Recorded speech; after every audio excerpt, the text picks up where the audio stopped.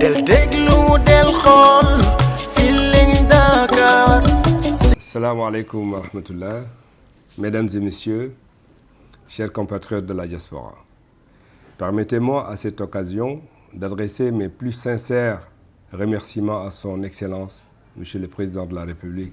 Bassirou Diomaye Diakhar Faye, et son Premier ministre, Ousmane Sonko, pour la décision éclairée et hautement appréciée de prolonger la période d'importation des véhicules. Cette mesure, au-delà de sa portée économique, est un véritable signe d'écoute, de solidarité et de respect envers les Sénégalais de l'extérieur. Elle montre que nos voix comptent, que nos préoccupations sont entendues et que le lien entre la diaspora et les autorités de la République est bien vivant. À ma modeste personne et au nom de nombreux compatriotes de la diaspora, je vous dis merci. Merci pour cette attention particulière. Merci pour cette réponse concrète à une attente réelle. Nous restons engagés à vos côtés pour construire ensemble un Sénégal fort, juste et solidaire. Je vous remercie. waaw mbokk yi asalaamaaleykum wa rahmatullah ñu ngi am mbégte di teew fii ci jotaay bii nga xamante ni ça a été provoqué par la majorité consolidée dirigée par notre ami et frère Ibn Arabi Sow pour déjà comme ni mu ko defee remercier les autorités ci décision bu historique bi ñu jël waaye tamit en profiter pour tënk un peu plan de redressement bi nga xamante ni premier ministre présenté na ko keroog au Grand Théâtre mu nekk plan boo xamante ni da ko présenté en 1 heure de temps ñu nar ko tënk nag en 5 minutes pour permettre aux Sénégalais fu ñu mënti nekk ñu mën ko comprendre en des termes simples. Donc li ci jiitu mooy man li may njëkk maanaam gërëm li may njëkk rafetlu mooy lii suñu président Bassirou Diomaye Faye wax ni on a fait le choix de la vérité par respect pour le peuple sénégalais waaye tamit par respect pour nos partenaires loolu moo waral ñoom ñu commencé def la situation de référence du pays maanaam état des lieux de la situation financière du pays loolu li ko firndeel mooy audit bi nga xamante ni IGF def na ko sur les finances publiques bi ko IGF defee ba pare ça a été certifié par la Cour des comptes waaye yemuñu ci ñu def benn audit boo xamante ni le cabinet Mazars moo ko def pour am dëgg-dëgg la vraie situation de référence des finances publiques loolu nag dafa mel ni rek nga am malade bu ñëw maanaam ci hôpital bi di crise maanaam malade bi bu ñëwee rek maanaam médecin bi du ñëw commencer di ko defal ay opération ak traitement li muy njëkk a def mooy stabiliser le malade xool ba xam constante yëpp normal na pour mën ko defal après diagnostic pour mën ko prodiguer un traitement médical looloo waral ñoom ñu def diagnostic boo xamante ni daf leen a jural benn proposition d'un plan stratégique tuddee ko SN 2050 plan stratégique boobu nag en 3 niveaux la premier niveau bi mooy redresser deuxième niveau bi mooy impulser troisième niveau bi mooy accélérer donc plan de redressement bi nag moom tamit ci ñetti phase lañ koy def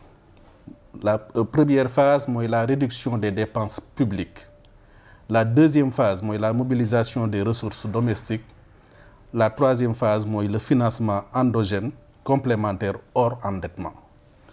boo ñëwee ci bu njëkk bi mooy réduction des dépenses publiques dañu wax ni booy redresser entreprise comme que booy redresser état il faut commencer par élaguer les branches mortes boo fexee ba élaguer les branches mortes nga jëmbat nga suuxataat garab gi mu commencer fleurir ñoom nag loolu lañ def mooy élaguer les branches mortes pour optimiser les dépenses loolu ci ay points li ñu ciy jiitu mooy amélioration de la planification stratégique am benn cadre des dépenses à moyen terme nga xamante ni dañuy am visibilité sur les dépenses publiques waaye am ay indicateurs de performance yu leen di tegtal ba xam objectifs yi atteindre nañ ko wala atteindre ñu ko beneen bi mooy la digitalisation de la commande publique loolu day permettre de supprimer les lourdeurs administratives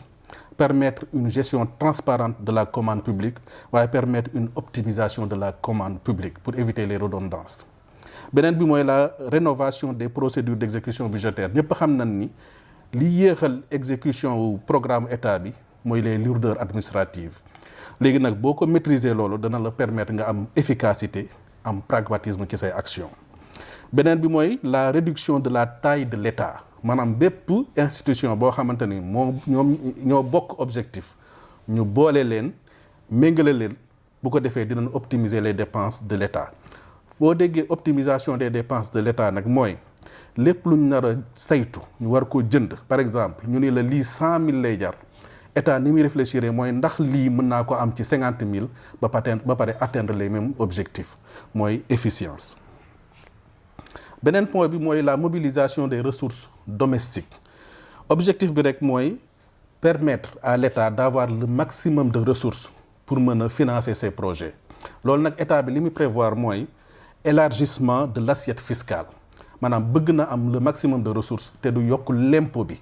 te ndax bëggul gaañ entreprise yi bëggul gaañ tamit les ménages mu ni naa xool les niches yi nga xamante ni kenn mësu koo imposer niche yooyu laay ciblé niche yi bi ci jëkk mooy les jeux de hasard loolu dañ koy ciblé pour non seulement am des ressources waaye pour protéger les Sénégalais notamment nos jeunes parce que jeune li ko war mooy wuti xam-xam wuti formation wuti métier pour jari réewam waaye nekk di toog di ay xoos ak naar bi loolu warul nekk itte jeune léegi ñu bëgg ko taxer am foofu le maximum d'argent pour état bi beneen bi mooy le mobile banking wala mobile money fexe ba nga xamante ni képp ko defati transfert d'argent maanaam ñu jël ci loo xamante ni du signifier dara du la gaañ te loolu dina jëm ci trésor public maanaam ci masalan képp ku doon def par exemple transfert u 100 000 francs ñu jël ci 50 francs xam nga doo ko yëg loolu ñu dugal ko ci trésor public bi beneen bi mooy optimisation des revenus du foncier mooy utiliser le foncier comme levier maanaam de financement c'est-à-dire que da ngay jël les terrains de l'État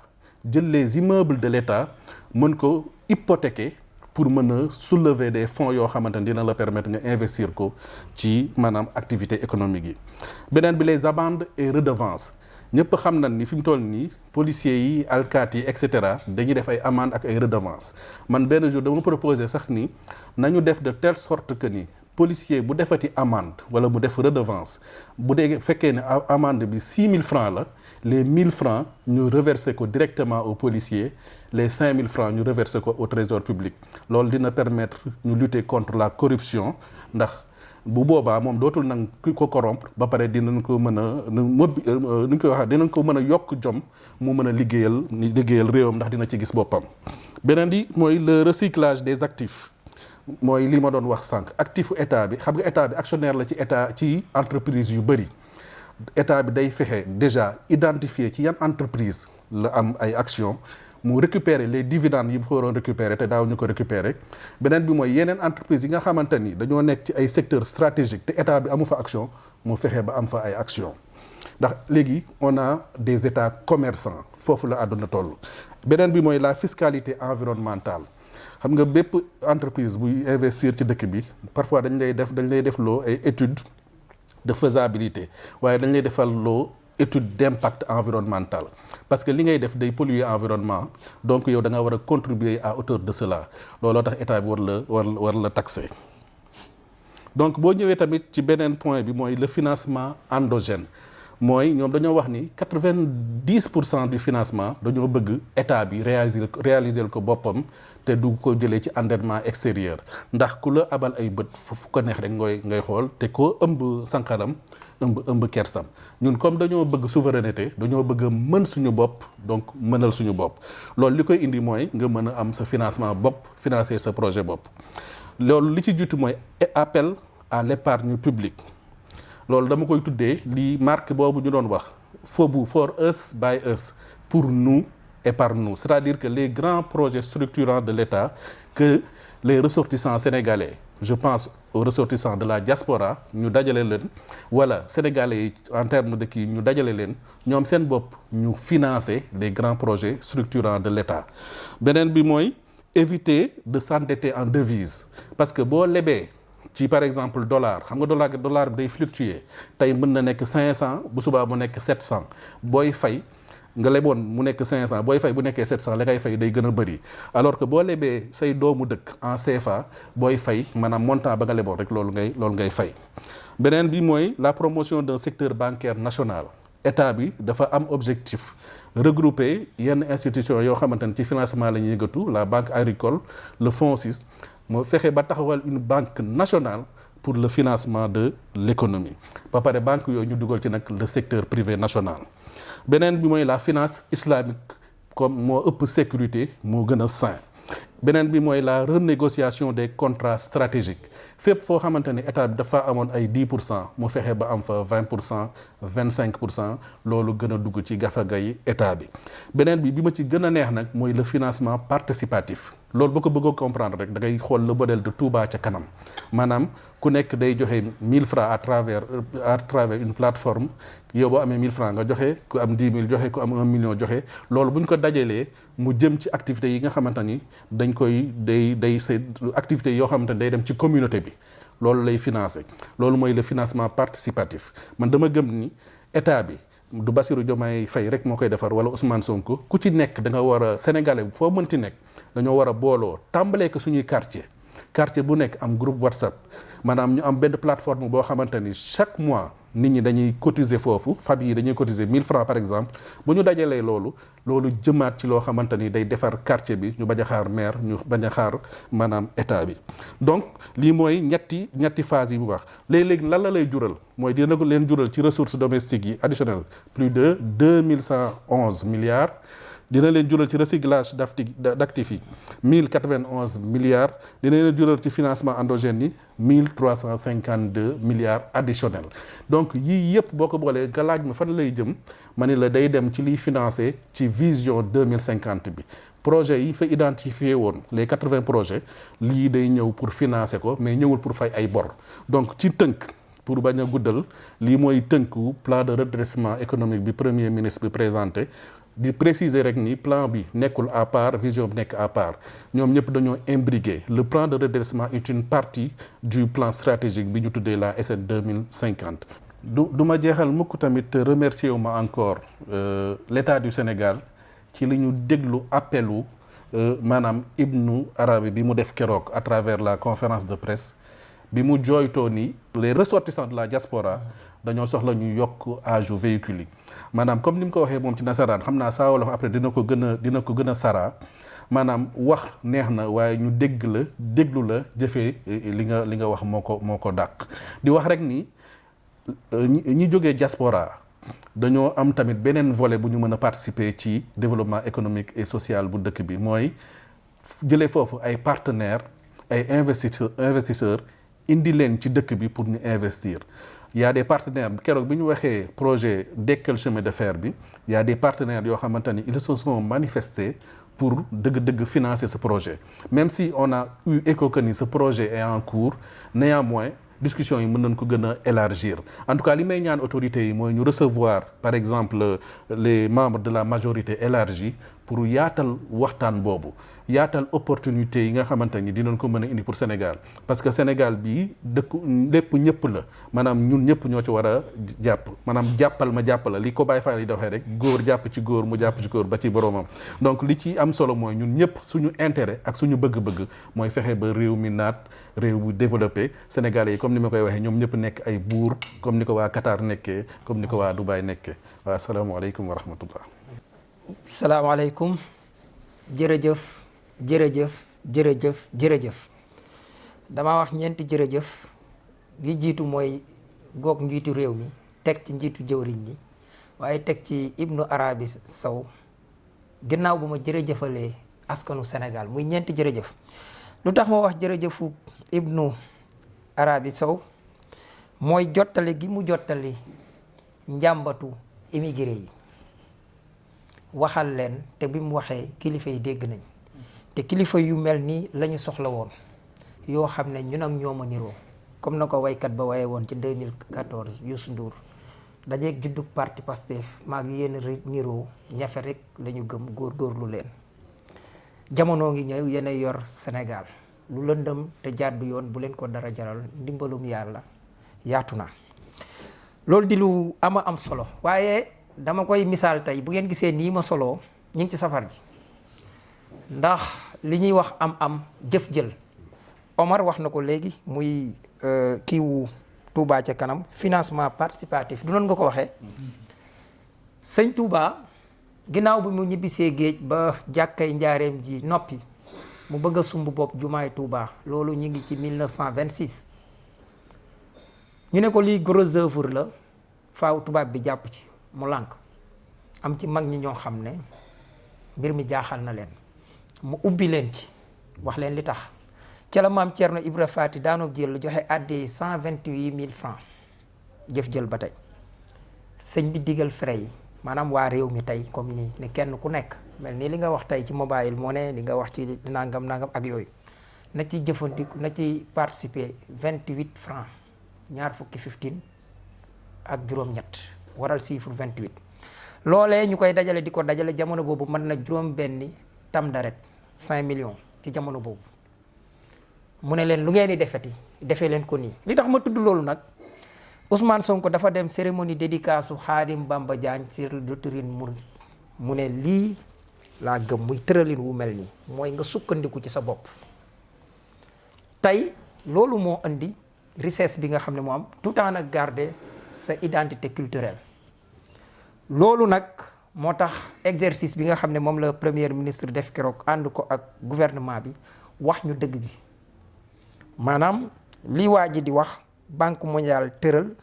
yore kàccerim di ñu kàcceri boo nangu wut li muy def comme ni ko El Hadj Ndiaye waxee maanaam bor yi moo ñu xoj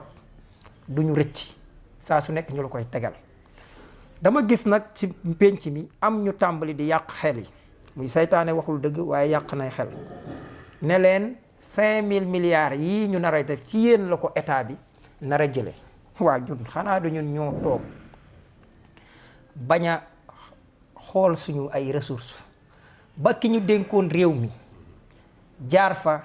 defal ñu dette cachée yoo xam ne ëpp na 5000 milliards ñun booba lañ sàggan ba ñu sàgganee ñu mën a jël suñu alal defe ko nu ñu neexul ba tey gasal ñu kàmb goo xam ne bu ñu gaawantuut fay ko li gën a bon a ngi am lan moo taxoon mu man ko ndax yàlla dafa wàccut Sénégal ñun yàlla toroxaluñu daf ñoo teral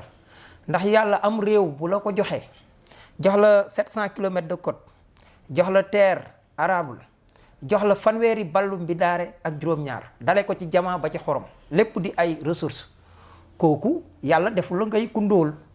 ndax am na lu mu fi nga juddoo mais am na lu mu la defal ci sa biir suuf loolu sa biir suuf nag su fekkee ne ay nit dañoo jóge bitim réew ñëw ne dañ lay defal aide alimentaire wala dañ lay lebal ay bor yu sakkan a sakkan na ko Gelawaar waxee woon baaraam buñ tàllal kuy romb ab joxoñ la xam ngeen ko waaye juróomi baaraam yi ñu tàllal kuy romb ak yalwaan la ndimbal li moo ñuy rey na bépp jom ak ngor gu nekkoon ci ñun mu ne suñu njiit yi xool leen ñuy layaam-layaami mel ni seen ñaq bopp la te kat fañ leen koy joxe ña nga ñuy ree kay ndax réew mu am lépp ba pare toog di yalwaan ñoom ñu ne dañ lay defal aide alimentaire wala defal la lii ak lii te fekk ñi ngi rocc say ressources ku mel ni France fa ngeen nekk ñu bëri nekk fa ak yeneen i réew moo nekk 4e réserve mondiale d'or te amul mbell ci suufam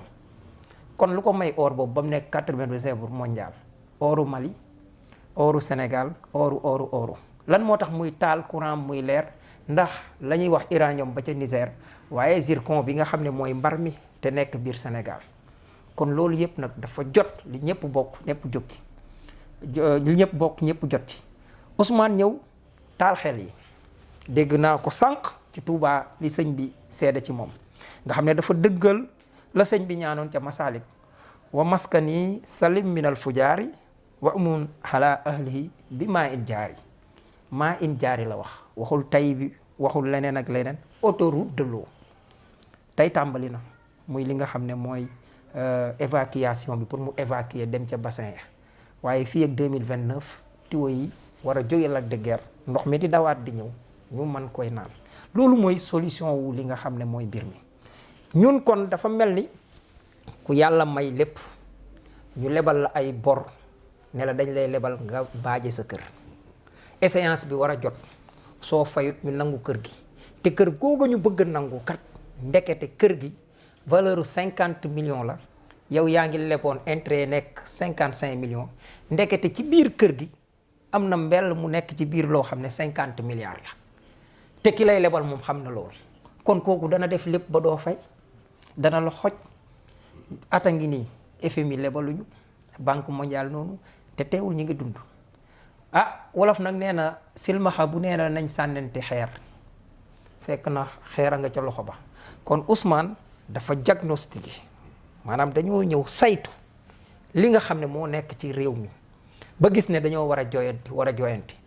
mu dem fi Afrique dem Guinée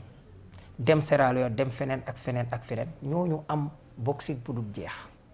réew mu mel ni Guinée nga xam ne mooy fournisseur u Émirats arabes unis en bauxite Émirats arabes unis di fournisseur u Maroc ci wàllu aluminium maanaam da ngay jëlee mbir mi Guinée dem 10 000 kilomètres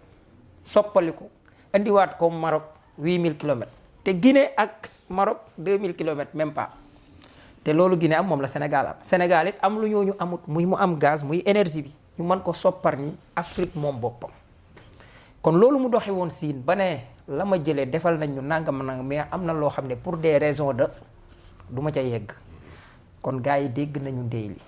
kon Ousmane xam na jàngoro ji président de la République xam na jàngoro ji ba war koo faj Pape Cheikh nag dafa wax ne cin bu naree neex su baxee dafay xëy waaye yàlla bu fa saay-saay bu bon bi jaar ba xorom ko yàqal ñu ko ñun duñu ko nangu saay-saay yu bon yooyu nag dañuy jaar amuñ fit dañuy jaar ci ay chronoposant ñooñu naan leen gis ngeen xaalis bi ci yéen lañ ko nar a waaw lu tax ba dañ ko jëlee ci ñun ñoo sàggan bañ sàccoon suñu alal mais dañuy fay kenn ku nekk nag dana la ab diir 2 at ak genn wàll la wax ab diir ñu defe ko nii ak nii tàqali ko bor yooyu gàll ci ñun daal di mën a fitti comme ni ko El Hadj Ndiaye waxe bor yi dootuñu xoj mu ne Thomas Sankara waxoon na bor yooyu le kon fii ñu yegg tey Ousmane dafa taal xel yi na sénégalais yépp ndax murid nag bi leen sëñ Touba woowee ci loolu dañ koo def de looloo leen may indépendance de lépp la ñu jëloon jox tubaab bi pont ñeme woo ko woon a jaay fii ci pàkku Mademba Touré mooy première pàkk Lambaay wala boo xam ne moom la ñuy mën a wax boo xam ne ci diggante ñoom sëñ Mbay Cargaan salle de vente ak yooyu mais da nga daan yor dimanche yor ay pont wala nga yor leneen ak leneen doo ko ñemee jaay ci taabal waxuma la ak bitig benn xaasim daal mooy romb nga ne ko sëñ bi am naa lu mel nii de su ko arrangé mu doogu jënd ndax booba libanais yi rek ñoom la ñu may ñuy jaay wala tubaab yi ay BNTC rek ay Bernabe ak yooyu mag ñi xam nañ li may wax loolu nag lu ko am sëñ Touba tàggat leen ci bi ko sëñ Cargaan tàggoo mu ne ko bu leen kenn yab na ngeen di teel a xëy ñuy fori biteel di fori saako di jaayaat matériel récupération la ñu wax yenn saa yi ñu jaayaale loo xam ne ni danañ ko sañ a jaay loolu may leenum koom ba tey looloo def richesse yoonu murit muy koom mu mel noonu comme bu ñu ñëwaatee dellu ci suñu identité culturelle looloo ci génne Iran moo tax sëñ Ibnu ak lii nga xam ne tey mooy majorité consolidée ci baatu wolof muy ñun ñi ëpp foofu rek mu am leeral gu neex ndax lan moo ëpp mooy ñi ëppoon ca F24 ndax F24 ku maandu moo ko jiite woon muy Mamadou Mbodj waaye fa la taas nekkoon fa la Maître Moussa Diop nekkoon suñu réunion yi am na ñu koy fàttaliku yenn saa yi gars yi waroon a jóg dox loo xam ne day wallu Ousmane Sonko ñoom ñu ne du ci dal teg ci seen veto biñ ci sonnee ci lañu ay kilifa woo dajale ñi ñëpp ne leen nañu taxawal pour gën a mën a défendre intérêt yi Ousmane biñ ko xoolee mooy li ëpp ci F24 dañu d'accordoon ci loolu kon mooy Ousmane Sonko ci parteem rek moo fa ëppale waaye même ci membre ya fa nekkoon sax ya ëppoon ci loolu ndax ay boromi jom ñoo fa ëppoon ñooñu ñoo ci ëpp loolu taxoon mu nekk ñun ñëpp njëkk a investir nag Ousmane Sonko ñuy le 14 juillet 2023 am na ci déclaration boo xam ne fii lañ ko defee bi ñu noppee commissaire bi fii ci Grand Dakar woo ma ne lu tax yéen a doon ñii kii so ma ne leen xanaa dañ koy tere sañu ñoo investir ku ñu neex maanaam Sonko ji ay jamono risque la woon nag ragal doonu ko woon def booba nag am na ñu waafoon moo tax tey bu nit nee Diomaye daa baax ma ne ko Sonko la ko gën a xam ñoo la ko gën a xam ndax Sonko ko joxoñ te ñun ñoo ko parrainel kon daal lii yépp laa doon wax di sant ak a gërëm gor ñi nga xam ne ñoo fi nekk di ay xeltukat ne ci ñi nekk Chine ñi nekk France ñi nekk Amérique maa ngi nuyu Cheikh Diallo xaritu Diomaye xaritu président Diomaye ñu ngi leen di ziar bu baax a baax kon lii la woon di ñaanal ñëpp jàmm ak salaam di ñaanal suñu borom defal ñu ci aw yiw te dëgëralal ñu président de la république mook seexam bi muy Ousmane Mbërgu Sonko yàlla na jàmm yàgg Sénégal jërëjëf. del déglu del xool